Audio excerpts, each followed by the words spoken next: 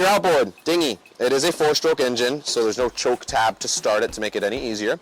You have your lanyard. Purpose of this cord is to shut the engine off in the event someone falls overboard. You do have to make sure it is attached because the engine will not start if that's not clipped on to that little red button.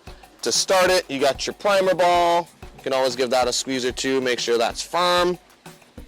Make sure your engine is in neutral. And your fuel tank's in the bow. Double check that as well. There's also this little brass cap at the top of the tank. That's your vent. If this valve is closed and you start the Dinghy engine and you run it, after about maybe 4 or 5 minutes, it's probably going to stall for fuel. Before you lower it down into the water, doesn't hurt. Make sure this is in the hole at the back, or you're going to get a dinghy full of water. The fact that it has air, it won't sink, but you'll have your own personal swimming pool, if you want to call it that.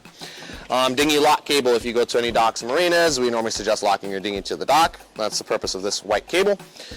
And there should be a padlock in your kit bag. It's not really the fact that dinghies get stolen, it's more the fact that it's a gray dinghy with a gray engine tied up amongst normally 20 other gray dinghies with a gray engine. So if the key fits, that's normally it.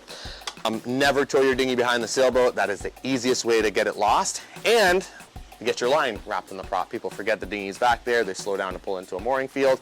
Dinghy floats forward, line gets wrapped in the prop. There you go, platform's up. Secure your remote back into its little bracket, and then you would go down and retie your dinghy to get it secured onto the platform.